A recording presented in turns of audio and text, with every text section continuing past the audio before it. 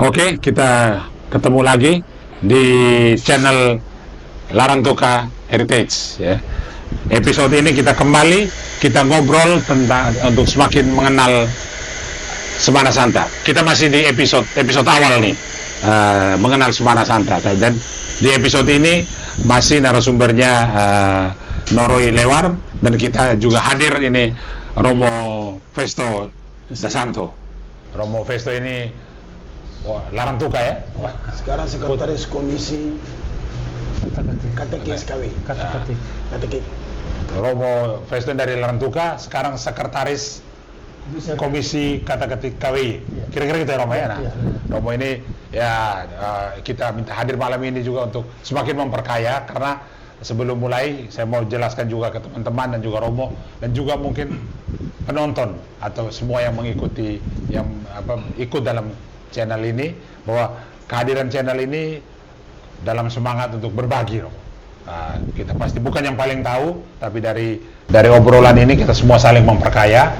Kita tidak mengambil wilayah siapapun, tapi kita saling memberi, supaya dengan harapan semakin Semana Santa ini menjadi sebuah kegiatan yang terus bertahan ratusan tahun ke depan, dan menjadi kegiatan yang juga kegiatan rohani, pencarian religius kita.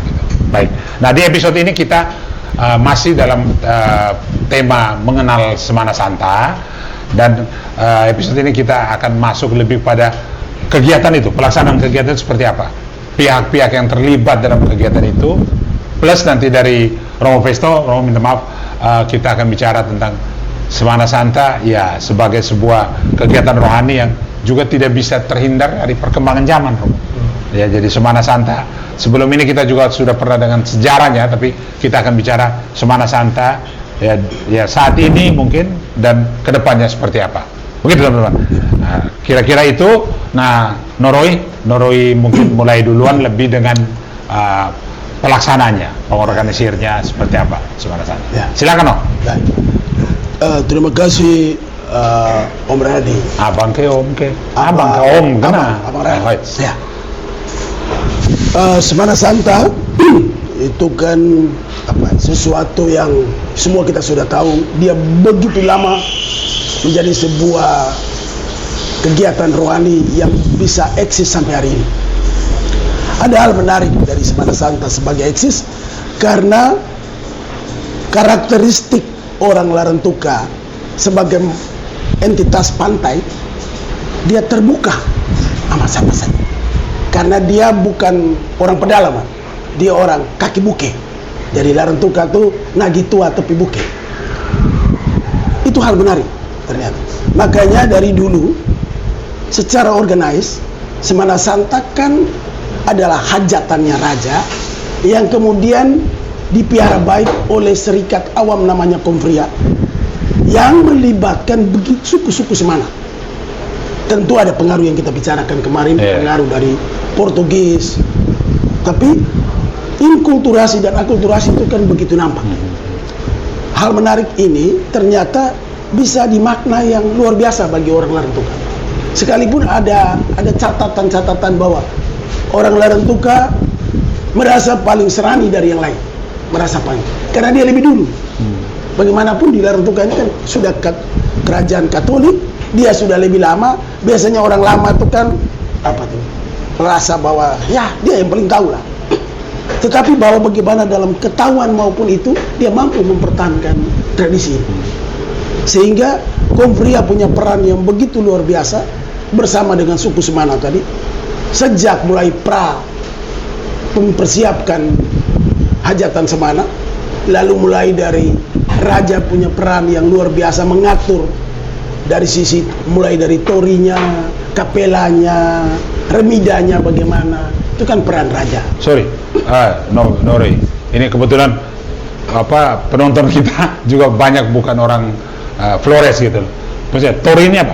Tori itu kapela yang lebih kecil. Ada tori, ada kapela. Oke, kapela. Lalu tori dan kapela, lalu remida itu adalah tempat persinggahannya nanti. Oh, oke. Semua orang Nagi punya tori, suku-suku Semana punya tori. Ya.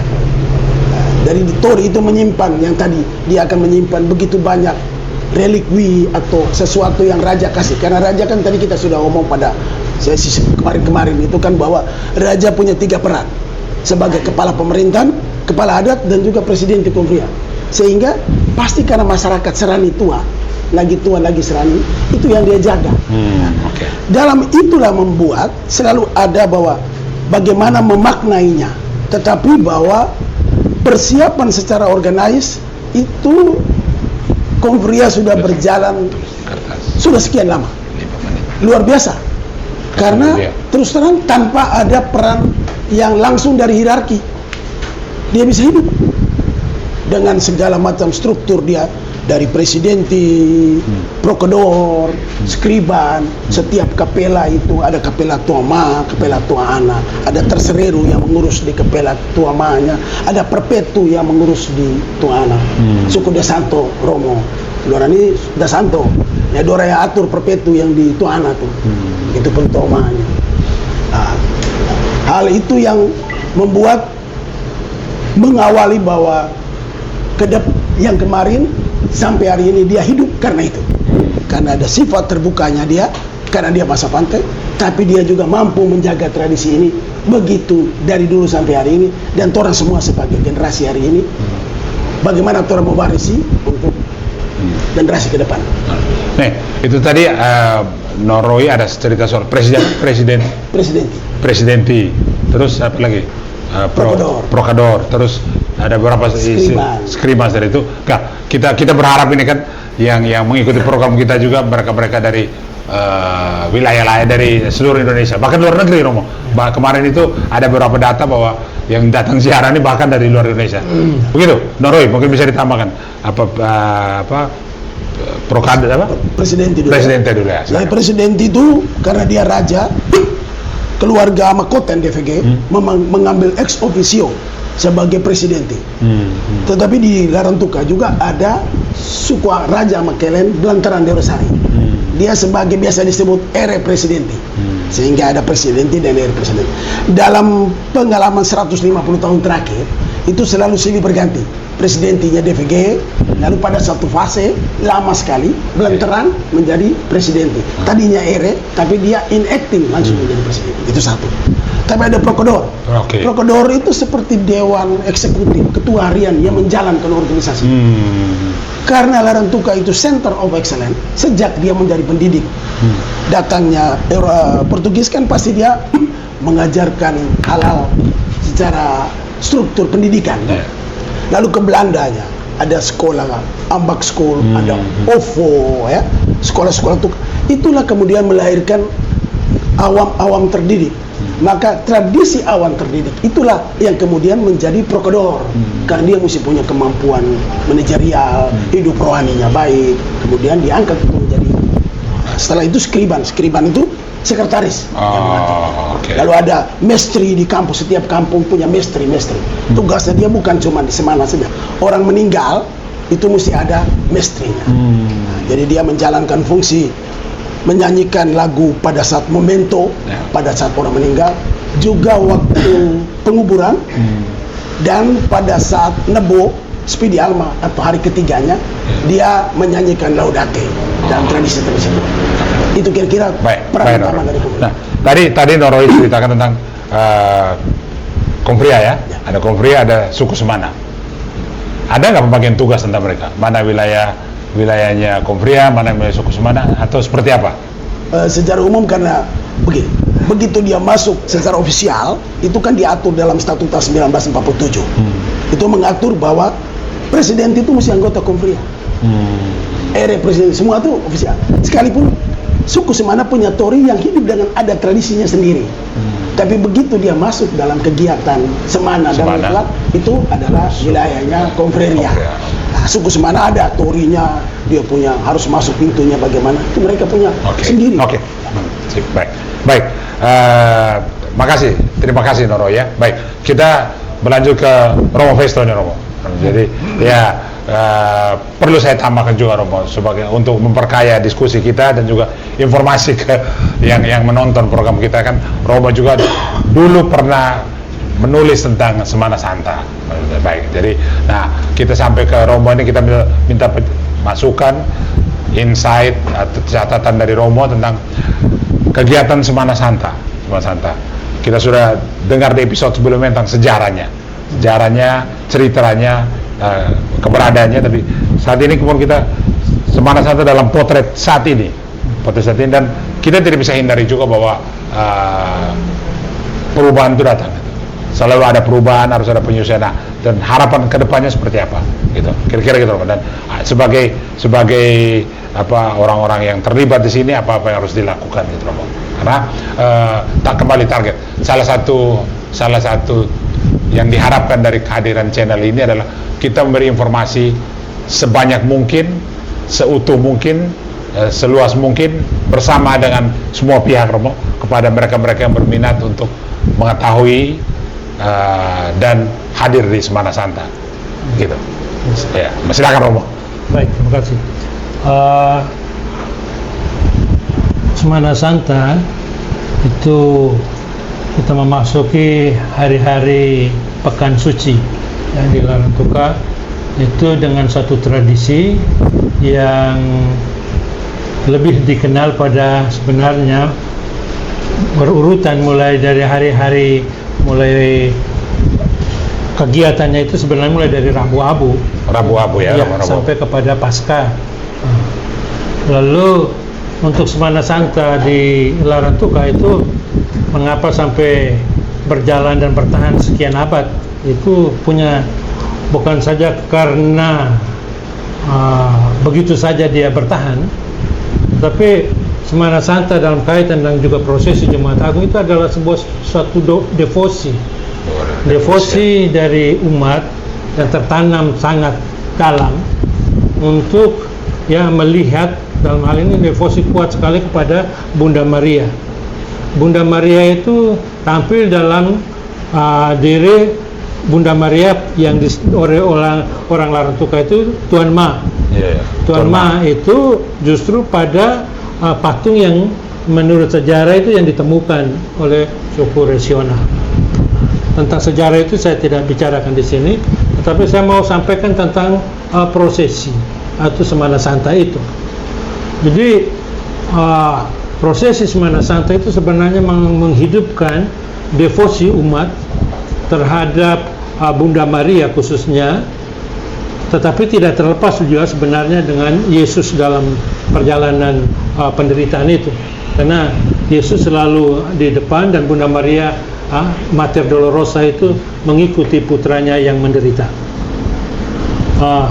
Di sini kita lihat bahwa dalam perjalanan dan perkembangan waktu, prosesi yang dulu itu mungkin menyangkut tempat, menyangkut persinggahan, stasi armida. Tentu beda dulu dengan yang sekarang kita jalani. Bahwa prosesi Jumat Agung yang dalam Semana Santa itu Pekan Suci, itu justru mau menghidupkan kembali iman umat itu melalui sebuah devosi. Dan devosi itu bertahan sampai sekarang karena itu peran banyak pihak. Kalau sejarah dulu mulai dari raja dan sebagainya, peran hierarki, peran gereja untuk supaya kehidupan devosi umat ini sungguh dipertahankan dan hidup. Hanya karena terkadang kita begitu menekankan devosi lalu lupa yang sebenarnya. Dalam arti Ekaristi untuk kita itu sebenarnya yang utama. Dan itu kita lihat ketika dalam hari-hari Pekan Suci itu perhatian orang kepada kapel-kapel itu begitu besar, luar biasa. Karena mereka merasa itulah devosi mereka ke sana. Dan ketika di gereja misalnya perayaan Ekaristi dengan mulai dengan penyembahan sakramen pada Kamis malam, Kamis putih, itu terkadang kurang. Mengapa? Di kapel itu begitu full, di gereja orang kurang. Karena orang merasa bahwa inilah yang tradisi ini yang hidup dari dulu. gereja itu muncul kemudian. Artinya bahwa diyakini Bunda Maria dalam hal yang Tuan Ma itu adalah benih iman pertama yang datang di Larantuka sebelum orang Larantuka menjadi Katolik.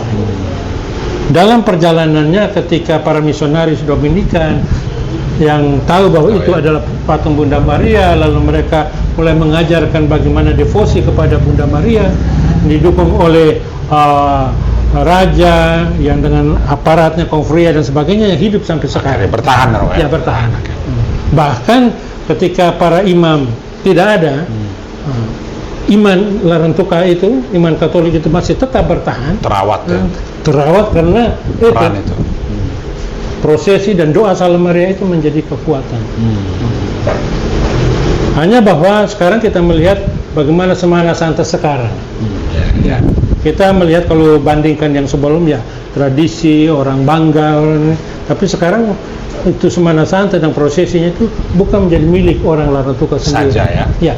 Tidak hanya menjadi milik orang Larantuka, tidak hanya menjadi milik suku-suku Semana, tetapi ini terbuka untuk siapa saja yang rela datang. Tidak hanya untuk Katolik, yang non Katolik pun selalu ada yang ikut untuk prosesi. Ya, itu. Baik. Oke, Romo, terima kasih. Kami di kegiatan di tayangan ini ada diskusi interaktif, Romo. Ada diskusi. Jadi kita buka diskusi juga untuk mereka-mereka yang mengikuti tayangan ini, yang menonton tayangan ini bisa sampaikan usulan, catatan atau pertanyaan lewat chat, tapi juga dalam studio. Jadi sekarang kita ngobrol dulu, Romo. Teman-teman di studio ini kebetulan lumayan dan mengikuti kegiatan Semana Santa.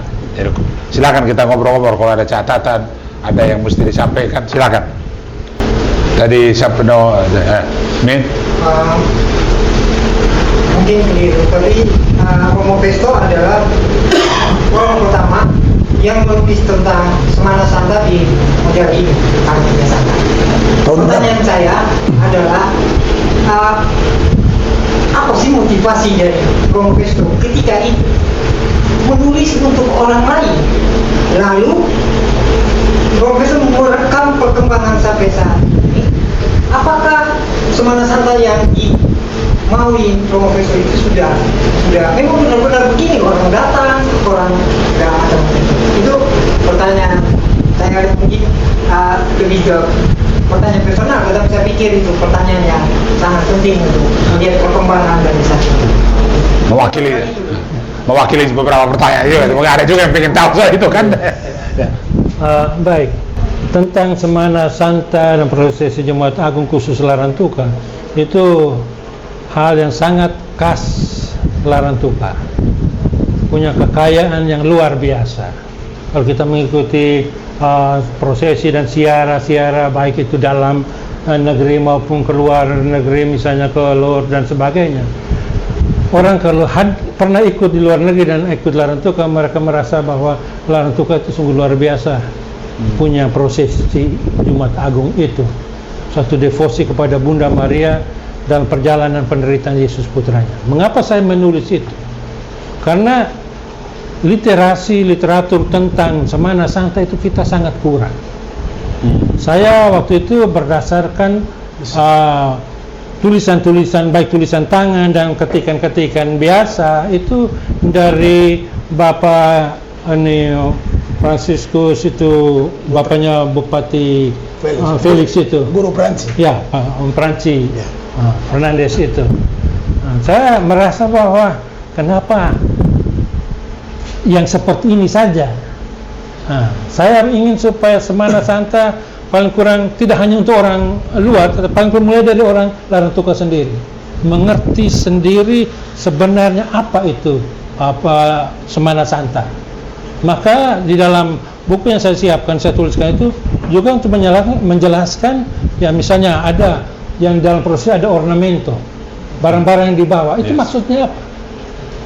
Misalnya anak-anak pegang itu buah-buahan, ada ini, itu menggambarkan barang-barang itu yang dari Taman Getsemani. Telapak tangan, itu tangan, itu ayam koko, ayam. Itu ornamental artinya sarana-sarana yang mengingatkan kita sebagaimana di dalam kitab suci tentang seluruh proses mulai dari Getsemani, mulai yang dialami oleh Yesus dalam penderitaannya. Itu yang pertama. Tetapi juga yang kedua, supaya orang lakukan lebih ya menghidupi semana santai itu secara benar. Tidak sekedar hanya tradisi.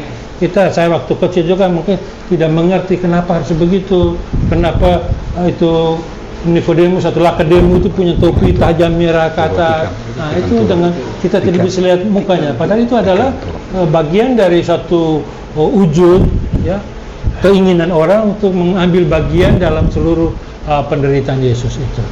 Yang kedua, yang berikutnya itu bahwa dengan menulis sedikit itu, karena kita sulit mendapat literatur tentang Semana Santa, tulisan tentang Jumat Agung, tentang sejarah segala macam, dan itu yang dicari orang. Itu yang sangat dicari orang.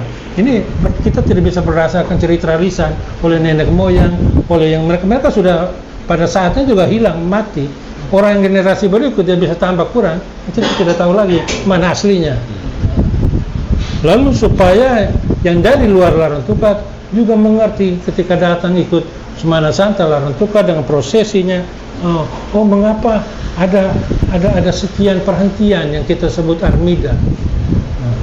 Dulu prosesi laut itu belum semeriah sekarang. Dulu kita tidak tahu, kami masih kecil tidak tahu ada Tuan Menino itu dibawa dengan sampan itu ke Ponsiri itu untuk ditaktakan. Itu kan dulu diam-diam saja kita tidak tahu. Tapi sekarang kan dikerahkan seluruh armada laut semua, mulai sampah, motor, kapal semua untuk ikut prosesi. Peziarah bisa menikmati. Itu perkembangan ya. Itu perkembangan. Dan itu juga menunjukkan ya Larantuka itu tidak hanya ini Semana Santa itu, tapi juga ketika Semana Santa menjadi satu wisata rohani, ditampilkan juga bagaimana supaya orang yang datang itu tidak hanya sekedar malam baru ikut prosesi, tapi mulai seluruh jalanan mulai dari awal itu bisa ikuti dengan sebaik-baiknya dan mengerti apa maksud dari semua itu. Sehingga ketika umat atau siapa saja datang dari luar Larantuka, baik di Flores sendiri, di NTT atau bahkan sampai ke Jawa atau sampai luar negeri, pada datang. Mengapa seperti itu? Dan itulah yang membuat sesuatu yang menarik, tetapi juga orang yang hadir datang mengikuti itu dengan suatu wujud tertentu dan membawa pembaharuan hati batin karena ikut mengambil bagian dalam seluruh prosesi atau Semana Santa itu. Jadi Semana Santa tidak hanya Jumat Agung itu prosesi itu saja, tapi Semana Santa itu seluruh proses dari awal sampai kalau perlu sampai Paskah itu mengalami bagaimana sebenarnya kehidupan iman kita itu diperbaharui melalui prosesi, mulai kegiatan-kegiatan Semana Santa itu. Retret Agung ya. Ya, retret Agung ya. Baik, Romo, tadi dalam obrolan off-air kita, Romo, itu Romo coba mencari benang merahnya juga atau hubungannya dengan tema ziarah pengharapan. Ziarah pengharapan, ziarah internasional, ziarah besarnya kita. Gimana Romo bisa jelas? Jadi tahun ini 2025 kan Paus mengumumkan sebagai tahun jubileum. Tahun jubileum dengan ya istilahnya dibuka pintu-pintu, pintu-pintu suci, Porta Santa. Dalam kaitan dengan itu sebenarnya kita prosesi Jumat Agung atau Semana Santa itu sesuatu yang sangat kaya. Itu para pesiara baik di dalam negeri atau di Flores sendiri, di Larantuka sendiri ataupun pesiara, kita mengambil bagian dalam suatu pesiaran yang dicanangkan. Ini adalah pesiara pengharapan. Sebagai tahun jubileum, sebagai pesiara pengharapan, artinya kita diminta untuk mengambil bagian dalam suatu siara panjang kita sebagai tahun rahmat yang membantu kita, memberikan kita kekuatan, rahmat dan berkat, bahwa tahun ini adalah tahun yang diberkati untuk semua pesiara. Dan kalau itu dikaitkan dengan Semana Santa, maka sebenarnya Porta Santa itu dalam prosesi Jumat Agung itu juga menjadi suatu kesempatan rahmat untuk orang bisa membaharui semangat atau hidup imannya sebagai seorang pesiara sebagai pesiara pengharapan menuju kesempurnaan yang ada di dalam Tuhan itu sendiri. Amin. Bisa jadi ada satu tambahan tadi itu kan, latar belakang Romo Festo kan katekis, seorang katekis yang pastor. Lalu tadi ada literasi yang minim terkait dari Romo Jerome. Literasi terkait tentang bagaimana Semana orang Santa atau ya, yang mana? Semua kan tadi mengapa menuliskan karena ada literasi yang keterbatasan literasi. Bisa jadi Romo memaknanya ini bagaimana supaya kita umat di Larantuka tentu dalam konteks Semana Santa memaknai supaya ini bisa menjadi literasi bersama dalam fungsi-fungsi di katorde atau di umat basisnya, sehingga ini menjadi bukan hanya kekayaan sejarah, tapi bagaimana menjadi kekayaan batin. Nah, itu bagaimana memaknanya? Ketika merayakan 5 abad Tuan Ma, nah, itu juga Keuskupan Larantuka justru menjawab apa yang seperti yang disampaikan ini, yaitu juga kepada umat, tidak hanya untuk orang Larantuka, tetapi umat Keuskupan Larantuka melalui aksi puasa pembangunan APP juga merenungkan tentang peranan Bunda Maria dalam kaitan dengan Tuan Ma ini. Larantuka punya Tuan Ma, Tuan Renya, dan peranan Bunda Maria sebagai benih iman pertama yang datang lebih dahulu sebelum orang Larantuka mengenal Kristus. Dan itu sejarah yang mulai dari Tuan Ma ini. Itu berarti bahwa kegiatan-kegiatan itu sudah pernah dibuat dalam bentuk katekese dan bentuk ibadat yang pada tahun 2010 itu 5 abad Tuan Ma. Itu juga sudah dibuat dalam bentuk katekese dan juga dalam bentuk yang dibicarakan, direnungkan, direfleksikan bersama di KBG di komunitas basis. Sekarang bagaimana katekese yang sudah sekian lama itu ketika memasuki Semana Santa atau tahun rahmat seperti saat ini, tahun jubileum ini, harus kita maknai lebih. Kita harus memaknainya lebih. Dalam arti bukan saja mau mengikuti prosesi, tetapi Semana Santa itu punya arti apa untuk saya? Apakah membawa perubahan? Apakah membawa pertobatan? Sehingga itu menjadi kesempatan rahmat untuk pribadi, untuk keluarga, untuk siapa saja yang datang, yang mengikuti prosesi, ya ada nilai tambah untuknya. Dan sampai ketika orang datang dan pulang membawa kesan yang kurang bagus atau biasa-biasa saja. Padahal ya itu harus kita juga mulai dari orang yang Larantuka sendiri yang punya tradisi tuan rumah sebagai tuan rumah, yang juga harus menampakkan sesuatu yang positif, membawa pembaharuan, perubahan hidup imannya ketika memasuki prosesi atau Semana Santa ini menjadi berkat untuk dirinya, untuk keluarga, dan untuk ini. Dan ketika orang lain datang, dia pulang juga membawa satu sukacita, rahmat, bahwa ternyata dia tidak datang hanya untuk nonton atau untuk lihat, tetapi dia membawa pulang satu rahmat, pengalaman iman yang luar biasa. Bahkan mungkin juga ada banyak yang punya devosi, punya wujud untuk kesembuhan, intensi untuk kesembuhan, untuk sukses, untuk karier, untuk berhasil dalam pekerjaan. Dia pulang merasa sesuatu yang membawa pembaharuan, perubahan di dalam dirinya, paling kurang menjadi sedikit lebih baik. Baik Roman. Ini saya dapat WA-nya, ada pertanyaan dari luar. Sorry teman-teman, nanti karena ini ada beberapa istilah yang mereka ingin dijelaskan.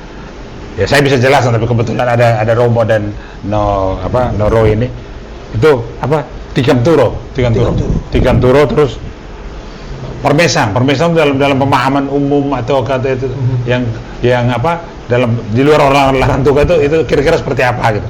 Ini memang agak pertanyaan teknis, tapi kalau mumpung kita ketemu Romo, mumpung kita di sini, silakan Ya, Nah. mungkin saya yang Tikanturo-nya, Tikanturo. Romonya Permesanya. Oh gitu ya. Tikanturo itu adalah karena prosesi itu melewati sebuah jalan, maka dia akan kiri kanannya itu ada pagar lah.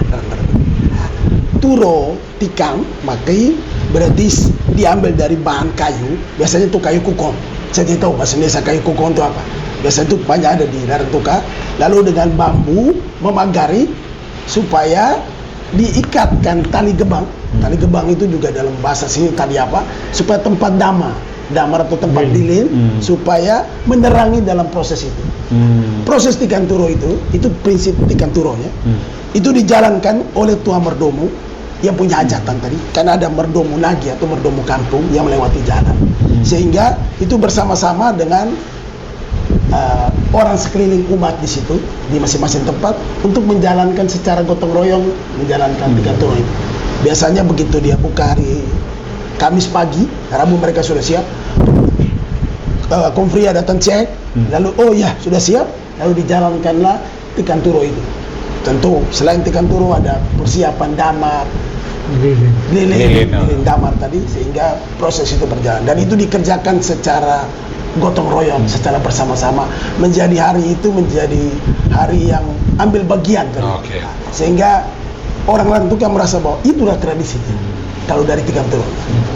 Itu kapan itu pelaksanaannya, kapan di Itu mulai Minggu Palma atau tidak, mulai atau setelah kapan? hari Kamis pagi itu. Nah, itu mereka sudah dari hari sebelumnya mereka sudah bawa semua turo tadi itu disikapin. Pengerjaannya pas Kamis pagi itu. Kamis putih ya. Kamis putih pagi itu yang dikerjakan. Dikelilingi semua, ikat pasang, lalu seluruh jalan yang lewat prosesi itu dibuat di turo. Oke. Jadi makna dari saya tambahkan, makna dari Tikanturo artinya tempat di mana nanti lilin-lilin itu diikat. Oke. Iya. Fungsi dari lilin itu untuk istilahnya beri jalan terang bagi Tuhan. Nah, jadi menerangi jalan yang nanti akan dilewati oleh Bunda Maria dan oleh Yesus. Prosesi itu, wujudnya itu. Dan sampai sekarang saya tidak tahu mengapa itu harus bambu panjang itu dengan itu tidak. Ada yang bisa menggantikan dengan kayu papan dan talian, tapi orang merasa tetap mempertahankan itu ya, jadi tradisi ya. Itu. Jadi tidak afdol. Baik, tadi Romo tentang permesa dari pemahaman apa yang istilah permesa ini kan tidak semua orang tahu ya. Yang lebih tahu ini orang Larantuka. Kamu bisa menjelaskan ke publik ke pemirsa kita, penonton. Permesa itu bahasa Portugis, kalau tidak salah saya sendiri tidak asal katanya, tapi sebenarnya itu mau memberikan pengertian bahwa saya punya wujud, intensi wujud yang ingin saya persembahkan. Nah, saya punya itu istilah permesa, entah itu dinyatakan secara jelas, entah itu di dalam hati, entah juga melalui wujud-wujud yang didoakan baik secara pribadi atau juga nanti bersama-sama. Yang permesa ya masing-masing kita semua, lalu nanti ada merdomo. Ya, merdomo itu juga punya permesa wujud sendiri. Intensi sendiri untuk itu. Sehingga saya tambah, makanya permesa itu selalu berhubungan dengan lilin permesa. Jadi orang bawah itu ada dama lilin itu besar. Jadi beberapa lilin itu mewakili bahwa itulah lilin permesa. Sehingga lilin permesa itu dia pulang dia taruh di rumah itu sebagai bagian bahwa dia ikut lilin permesa itu. Jadi ada wujud ya, ada wujud melalui lilin yang dia bawa bakar itu dengan wujud yang dalam hati atau disampaikan secara pribadi. Kiranya Bunda Maria pasti tahu dan dengar, melihat dan memberkati, dan itu dia bawa pulang dengan segala macam 1001 wujud yang intensi dia Romo. Bisa juga intensi yang dititipkan oleh orang. Misalnya yang keluarga kita dari jauh, dia tidak bisa ikut hadir dalam prosesi ini, dia tolong bawa permesa, titip intensi. Itu sama seperti lakademu itu. Orang yang mengambil peran dalam fungsi sebagai lakademu juga punya permesa, punya wujud sendiri. Sehingga dia wujud itu, peran itu karena satu wujud. Ada wujud sehingga dia mengambil peran itu ya. Jadi waktu mereka itu biasanya dititipi oleh kontas, begitu banyak yang mereka bawa. Rosario. Jadi memang selain orang yang membawa, orang yang punya permesa si Lakademunya, juga banyak orang menitipkan permesa ini. Seperti tadi Romo Festo bilang, ada yang menitipkan permesa. Ya. Nah, Mbak silakan. Teman-teman tadi ada yang mau diusulkan apa ditanya? Bung. Ini soal memaknai kedepannya ini. Jadi gini, ke depan ini kan kita ini sebuah kegiatan untuk kita kan kegiatan luar biasa ya.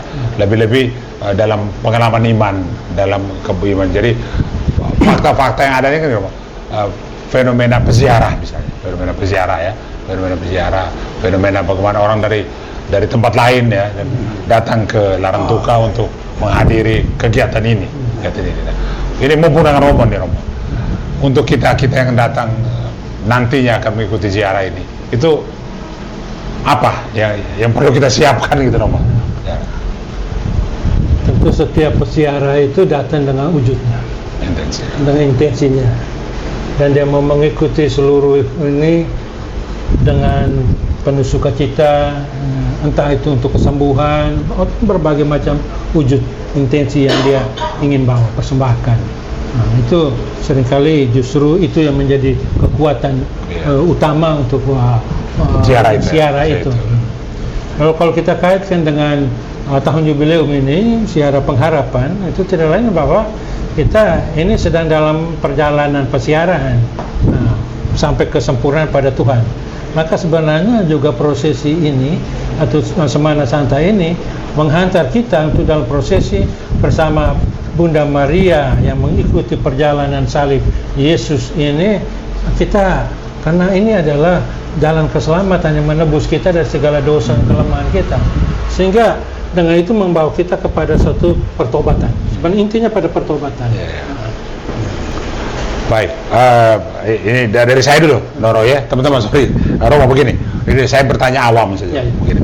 Kan untuk saya, untuk mereka-mereka yang ingin berziarah ke Semana Santa ini, ke Larantuka untuk ziarah Semana Santa. Nah itu sebaiknya kita itu mulai berziarah itu dari kapan, Romo? Apakah Sabtu sebelum Minggu Palma, kita bilang di sana istilahnya Minggu daun-daun ya, atau Senin ada istilahnya Selasa Santo ya, Rabu Trewa. Jadi kegiatan yang menarik ya, kegiatan itu kan biasanya Rabu Trewa itu ya. Nah, tapi dalam konteks ziarah Romo, dalam konteks ziarah itu ada usul nggak dari Romo sebaiknya apa yang bisa diikuti supaya dalam tanda petik lumayan utuh Romo? Ya, kalau kita mau melihat utuhnya itu, ya, ini juga menyangkut pertimbangan tempat tinggal, menginapnya, akomodasi, juga transportasi dengan segala macam kesulitan. Ya, kita mau bilang, saya mau katakan bahwa mulai dari Rabu sampai Minggu, itu juga sebenarnya Kamis, Jumat, Sabtu, Minggu 5 hari ya. 5 hari, tetapi dengan segala pertimbangan tentu dari para peziarah, ada yang datang pada hari Kamis malam atau mulai dari Jumat pagi sampai selesai prosesi pulang. Iya, sampai Jumat Agung ya. Jumat Agung. Sehingga Pemda menurut saya itu mereka sudah menciptakan hari sesudah hari Paskah itu menjadi satu kesempatan untuk juga membuat para peziarah itu bisa betah di Larantuka. Itu istilah festival Balinagi. Nah, festival Balinagi itu sebenarnya mau supaya kan orang yang datang prosesi selesai. Seringkali orang datang itu lalu Minggu Paskah dia pergi misa di Maumere Paskahnya. Jangan untuk Maumere, padahal dia hanya singgah sebentar untuk prosesi. Itu satu. Menyangkut waktu, tempat dan sebagainya. Tetapi juga menyangkut penginapan. Sangat terbatas Larantuka itu, segala tempat kamar-kamar atau hotel-hotel yang ada dengan sangat terbatas. Penginapan seperti di biara-biara juga sangat terbatas. Bahkan orang harus pesan 1 tahun sebelumnya. Keinginan orang datang, mereka bilang, Romo tempat ada tidak? Itu kesulitan orang ketika itu yang menjadi tantangan untuk ketika orang begitu banyak berminat untuk datang ke Larantuka, hotelnya mungkin cuma yang layak mungkin dua, ya orang Jakarta kan atau dari luar kan seperti ya. Jadi berarti kita mesti jadi permisi, jadi tuan rumah yang bagaimana? Ya, itu. Karena itu tuan rumah mestinya kan dalam semangat orang ikut ziarah itu kan membawa penderitaan. Tidak mungkin orang berlea-lea ke sana Ya. Sehingga umat yang ada di Larantuka itu bisa kita jadikan sebagai tuan rumah yang baik Ya. Nah, sehingga kalau menjadi tuan rumah yang baik, tentu banyak orang datang tidak perlu nginap di hotel, tapi bisa nginap di rumah atau bagaimana? Ya sebenarnya itu harus dimulai di inisiatif untuk membuka kesempatan, tentu saja dari paroki katedral sendiri memikirkan dan menawarkan kepada umat membuka rumahnya, keluarga untuk menerima tamu-tamu dari luar, dan itu mungkin didaftarkan secara baik, lalu melalui paroki bisa menawarkan pesiara dari ini di sini ada tempat. Jangan mulai taruh tarif. Taruh tarif karena lalu ya hanya untuk tidur jaga sudah tidak bisa, lalu dan sebagainya. Sudah. Baik. Tetapi bahwa harus Tapi minimal kita jadi tuan rumah gitu ya. menjadi tuan rumah, bahkan membuka keluarga-keluarga kita punya anggota keluarga baru dari luar untuk ambil bagian.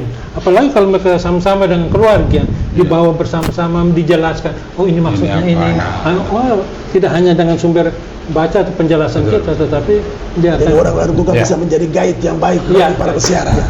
Jadi oke, itu baik. So ini ada lagi WA nih. Ya. Jadi gini, ini ada yang kira-kira ini datang ke sana itu dari hari misalnya Rabu itu apa yang bisa dari Rabu lah. Rabu itu peziarah bisa mengikuti kegiatan ziarah apa saja. Misalnya Putra Lewatu seperti apa, terus Kamis pagi, karena kapan misalnya bagaimana biar bisa menikmati prosesi laut itu gimana, terus setelah Sabtu, Minggu, terus hari Minggu, Senin itu masih ada nggak kegiatan khusus gitu. Nah ini mungkin Romo dan Noro yang lebih tahu, ya kan? Itu Romawi 1. Yang kedua, atau kegiatannya apa saja, apakah hanya ada di kota Larantuka saja, apa juga keluar dari Larantuka, sekitar Larantuka, dan kalau ada itu apa aja gitu loh Romo, ya kan? Karena ada juga yang bilang pulang itu masih bisa sempat ada merdomo di mana, ada apa kayak gitu. Nah itu, dan benang merahnya seperti apa gitu. Silakan Roy dulu kan, Romo. Sebenarnya Semana Santa itu tidak hanya di Larantuka. Portugis dalam tradisinya dia sudah taruh dua Pou Abrigado. Satu Abrigado, Pou Abrigado di Konga, dan satu Pou Abrigado di Hure. Dua-dua tempat ini adalah koloninya Portugis dan juga menjalankan tradisi semana dalam Paskah, semangat Paskah tadi. Nah, sehingga itu yang bisa saya tambahin, sehingga berarti tidak hanya di Larantuka, tapi ada tuan berdiri di Hure. Juga di Konga juga seperti tradisi Lakademu itu juga ada di Konga. Kalau di Hure itu kapan itu tradisinya? Sama. Di hari-hari yang sama ya. Di hari yang sama. Karena semangatnya kan Paskah. Oke. Jadi kira-kira berarti Jumat Agung itu. Ya. Saya tambahkan, sehingga para peziarah itu ketika Jumat itu maka bersiarah juga ke Hure, doa di kapel yang Tuhan berdiri itu, lalu nanti siangnya atau paginya siarah prosesi laut, malamnya prosesi itu keliling kota itu satu. Lalu yang kedua, sebenarnya menarik untuk pertanyaan tadi bahwa kalau hari Rabu ya itu biasanya kapel-kapel itu dibuka. Itu Rabu ya. Rabu Trewa pada saat Rabu. Dan pada saat itu berjubel manusia mulai malam sampai pagi hanya untuk istilah orang Larantuka cium Tuhan. Baik Kapela Maria, Tuan Ma maupun Kapela Tuan Ana. Itu orang datang dengan wujud dan doa, ya diharapkan seperti itu untuk istilahnya cium Tuhan, memberikan penghormatan. Biar hanya cium lantai atau itu permadani yang di depan, tetapi dia merasa itu menunjukkan kerendahan hati, menunjukkan ketidakberdayaan, menunjukkan bagaimana wujudnya ini, mohon berkat dari Bunda Maria. Dan itu sepanjang malam sampai pagi. Di hari Rabu itu ya. Hari Rabu. Sampai Kamis Sampai pagi. Kamis. Kamis pagi. Kamis. Rabu itu kan trewa toh. Trewa, ya. Nah, trewa. Sesudah perayaan ibadah. Setelah perayaan gitu. Jadi ada lamentasi, lalu semua orang trewa, membunyikan seng dan segala macam bunyi-bunyian. Lalu sepi. Lalu masuk Kamis. Itu lalu membawa akibatnya itu adorasi di gereja pada hari Kamis orang berkurang. Oh. Nah, orang berkurang karena semua Kecapean. bukan kecapean tapi Gitu. perhatian semuanya ke kapel pintuan tadi, sehingga giliran itu doa adorasi di gereja sakramen, hormat sakramen dari giliran masing-masing lego tidak sebanyak seperti itu. Dan Padahal itu yang di kapela udah selesai kan waktu itu harusnya. belum sampai pagi itu. Enggak, bukan di Kamis di Kamis adorasi itu. kan harusnya udah selesai yang di kapela-kapela Di ya. kapel masih, karena Masih. harus sampai hari Jumat. Sampai Jumat ya. Sampai Jumat. Ini komentar awam nih. Nah, lalu yang berikut itu juga menarik ketika orang datang buat apa di Larang Tuka. Hari mereka mau buat apa? Kalian bisa keliling, bisa ke Wure, kalau nggak hanya mungkin hari Minggu sesudah itu Paskah, Minggu Haleluyanya Ya, di Konga. Larang Tuka itu yang palingan Jumat pagi dan Jumat siang pagi sampai malam. Sudah itu ya Sabtu itu sudah mulai masuk liturgi Paskah. Oh, ya. Dan itu banyak orang yang dari luar justru mau rayakan Paskah itu, malam Paskah dan Paskah itu Di sudah rumah. sudah di luar, Di sudah rumah, ya. pulang, sudah ke Momere dan sebagainya. Karena itu pemerintah, saya melihat itu Pemda Flores Timur itu membuat semacam festival Balenagi yang dibuat setelah itu mulai dibuka untuk ke ziarah ke jalan ke Pulau Webalun, ada patung gembala bayi di sana. Ada bersama dengan umat di Webalun atau ke Konga dan sebagainya. Baik, oke, baik. Romo, terima kasih banyak. Doroy, Romo ini kita perlu cerita kepada yang menonton ini. Kita tahan rokok sampai malam ini. Romo pasti tadi ada kegiatan misa dan sebagainya, dan sampai ini malam, sampai dengan malam Romo beri waktu untuk ngobrol tentang Semana Santa ini. Terima kasih banyak Romo. Doroy, terima kasih teman-teman yang ada di studio, terima kasih. Jadi demikian episode kita kali ini. Kita beberapa episode ke depan masih akan berdiskusi, berbagi informasi tentang Semana Santa. Mungkin dari obrolan ini kita juga mungkin ya, untuk karena di tahun 2025 ini dan masih ada cukup waktu sampai dengan Paskah nanti di pertengahan April ya. Jadi mungkin kita juga akan ngobrol-ngobrol tentang bagaimana Semana Santa tahun ini. Ya, mudah-mudahan episode kita cukup untuk sampai ke situ. Baik, kita ketemu lagi di channel ini. Kita ketemu lagi di channel Larang Tuka. Apa teman? Kita tetap dan nantikan terus di informasi, obrolan dan cerita dari Larang Tuka Heritage. Malam baik. Malam baik. Terima kasih. Terima Terima kasih. kasih. Terima kasih.